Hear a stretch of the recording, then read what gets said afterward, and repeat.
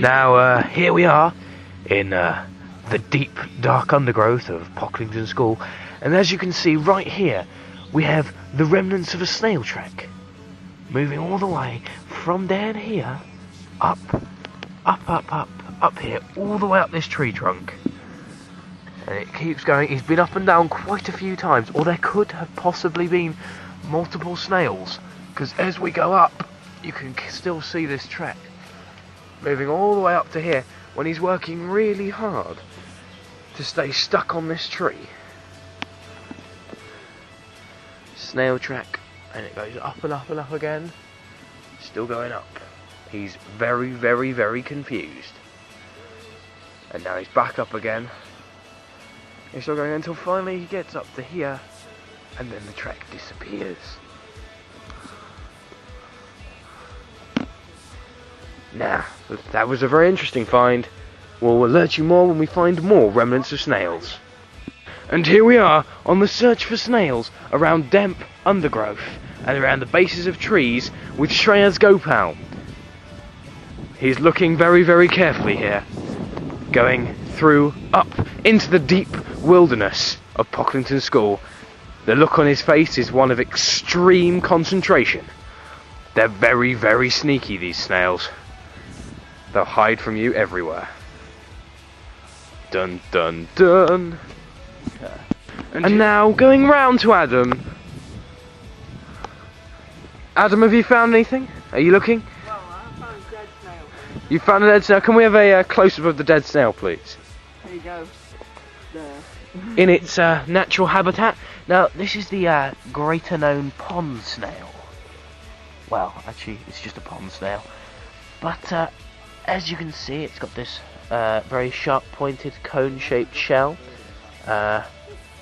and it is currently empty, as its inhabitant has either been eaten or has vacated the shell for another purpose. We'll put it back where it originally was to allow the process of natural I forgot what it's called. Natural what? Selection. No, not natural selection. Natural decomposition.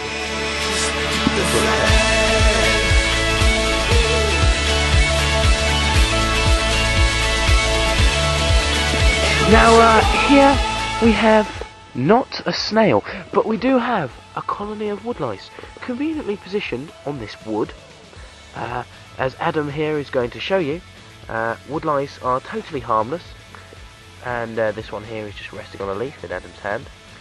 Now, Adam, could you tell us any facts about these woodlice? Well, they've been living underneath the wood as it was turned over that way. That is their preferred habitat. It's wet, it's damp, they've got all they need there, they've got shelter.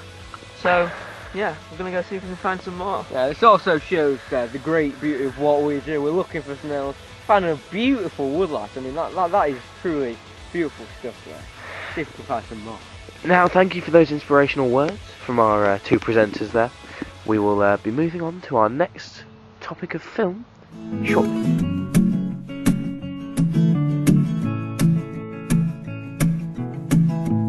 Now, here we are in this wonderful situation where I am literally surrounded by mushrooms. See, there's on that side, and there's more on that side. And these are the perfect conditions for mushrooms to grow.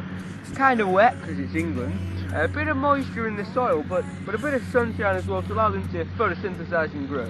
As you can see, some are growing better and developing more flowery than others, whereas some are still struggling to deal with the summer change.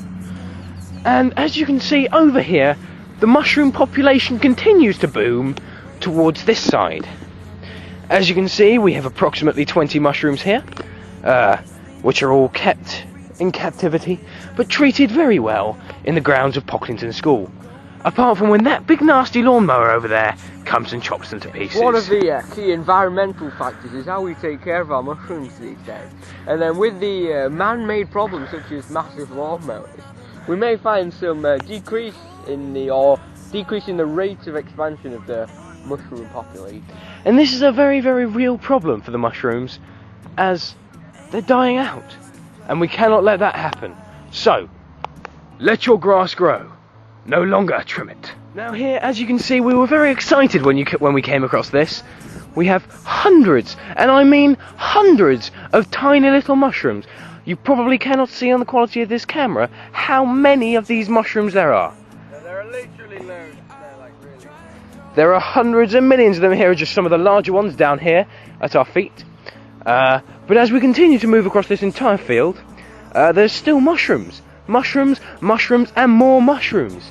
There's even some over there, and some over here. However, when we get to here, the problem arises. As you can see by this very distinct line that runs across the screen here, that is, this is where it's been mowed. Now here, I'm fairly certain that the density of the population of mushrooms is considerably smaller.